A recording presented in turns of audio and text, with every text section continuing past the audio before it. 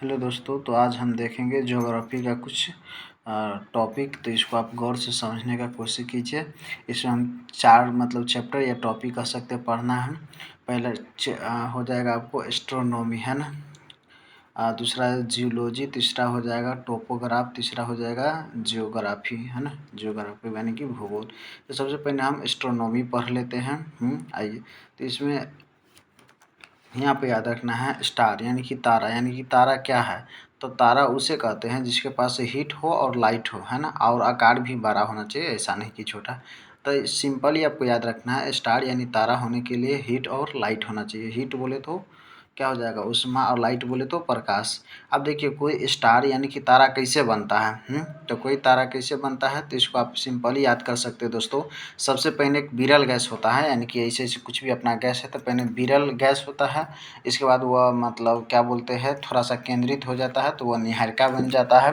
इसके बाद वह क्या होता है, जब इसमें आग पकड़ लेता है तो यह तारा का रूप ले लेता है। सिंपली आप समझिएगा, हाइड्रोजन इसमें हीलियम में संलयन हो जाता है। क्वेश्चन पूछा जाएगा कि तारा में यानी कि सूरज में यानी कि स्टार में हाइड्रोजन किस में संलयन हो जाता है? हीलियम में। हाइड्रोजन किस में बदल जाता है? हीलियम में। ठीक है, ये याद रखिएगा। अब यहाँ पर हम समझ लेते हैं दोस्तों, निहारिका में हर लाइन को समझा देते हैं जो लिखा हुआ है।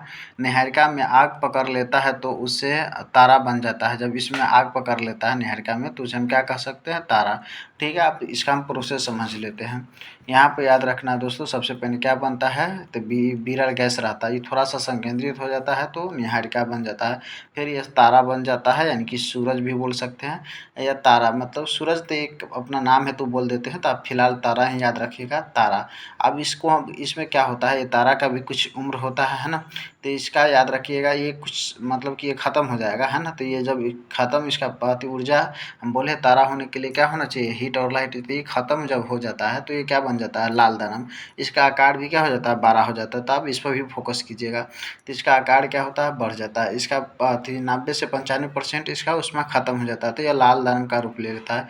इसके बाद ये अगर 1.5 गुना से अगर छोटा होता है, ये कहने का सेंस हो गया सूरज के 1.5, चंद्रशेखर सिन्हा के 1.5 इसके कंपेयर किया गया है।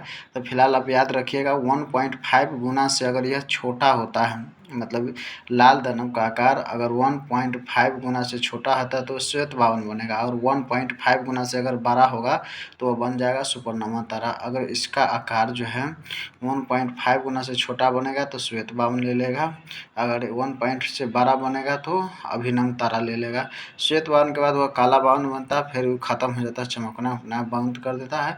अभिनव तारा को ही सुपरनोवा तारा कहते हैं, यह याद रखिएगा। अभिनव तारा कहते हैं या विस्फोटक कहते हैं, सुपरनोवा, अभिनव तारा या विस्फोटक, तीनों नाम इसी का है। तो आप इसको गौर से समझिएगा। इसके बाद इसमें से चारों में से वो रूप लेगा, या तो अति न्यूट्रॉन या पल्सर या क्वेसर या अति बोल सकते हैं ब्लैक होल। पल्सर और क्वेसर बहुत तेज़ी से घूमता है, ये भी आप याद रखिएगा। सबसे अधिक डेंसिटी यानी कि घनत्व किसका होता है? तो ये ब्लैक होल का होता है। आप गौर से थोड़ा इसको देखिएगा। अंतरिक्ष में तेज़ी से घूमने वाला टुकड़ा पूछेगा कौन सा है, तो पल्सर। कौन हो जाएगा? पल्सर। ये जो यहाँ बोले थे पल्सर, ये चीज़ हो जाएगा। आइए हम इस पेज में आप अच्छा से अगर समझ लिए, शॉर्ट स्क्रीन भी इस प्रकार से आप ले सकते हैं। अब इधर हम समझ लेते हैं। यहाँ पे याद रखना है colour of star. Colour of star, है ना, यानी कि सूरज का तापमान किस पर डिपेंड करता है? तो पृष्ठ के तापमान पर निर्भर करता है, याद रखिएगा। सूरज का तापमान हमेशा बदलता रहता है, याद रखिएगा। लाल लाल इसका रंग रहता है कब? जब नॉर्मल टेम्परेचर होता है। वाइट जब मीडियम टेम्परेचर रहता है। ब्लू जब हाई टेम्परेचर सबसे रहेगा एकदम। अच्छा, ब्रह्मांड किसे कहते हैं? तो देखिए दोस्तों, आकाशगंगा के समूह को ब्रह्मांड कहते हैं। आकाशगंगा के समूह को क्या कहते हैं? ब्रह्मांड कहते हैं। आकाशगंगा, है ना। आकाशगंगा क्या है? तारा के समूह को आकाशगंगा कहते हैं, ये याद रखिएगा। और आकाशगंगा के समूह को ब्रह्मांड कहते हैं।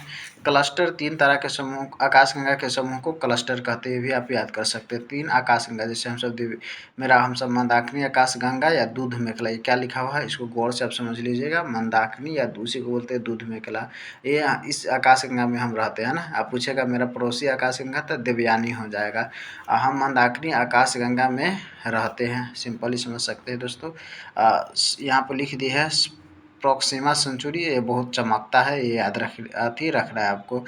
सूरज जो है 25 करोड़ साल में मतलब एक चक्कर राउंड कर सकते हैं, वो मार देता है 250 किलोमीटर पर सेकेंड के हिसाब से मारता है, तो उसे कॉस्मिक ईयर कहते हैं, सोलर सिस्टम। तो इसको आगे डिटेल में भी समझा देंगे। फिलहाल इसमें इस पेज में आपको याद रखना है कलर ऑफ पृष्ठ किस पर सूरज का तापमान किस पर निर्भर करता है, पृष्ठ आप पर, इतना याद रखना है। ब्रह्मांड किसे कहते हैं, तो आकाशगंगा के समूह को ब्रह्मांड कहते हैं। आकाशगंगा किसे कहते हैं, तारा के समूह को आकाशगंगा कहते हैं। हम सब किस आकाशगंगा में रहते हैं, तो मंदाकिनी या दूध में पड़ोसी आकाशगंगा का नाम देवयानी। तो इस पर आपको फोकस करना। चलिए नेक्स्ट पेज की ओर समझ लेते हैं दोस्तों। यहाँ पर इसमें आपको याद रखना है तारा सबसे अधिक बल्ज के पास होता है। बल्ज यानी आकाशगंगा के केंद्र को हम क्या कहते हैं दोस्तों, बल्ज कहते हैं ना।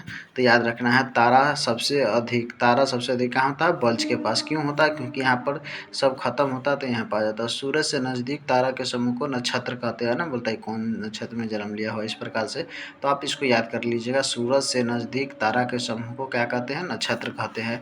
और सूरज से दूर तारा के समूह को तारामंडल कहते हैं। ग्रह के समूह को सौर मंडल कहते हैं ना। घर जैसे घर में परिवार मेंबर को मिला देते तो क्या कहते हैं, परिवार कहते हैं। अगर घर में मेंबर को मिला देते बोले तो सदस्य को मिला देते तो क्या कहते हैं, परिवार। उसी प्रकार ग्रह के समूह को हम क्या कहते हैं, सौर मंडल कहते हैं।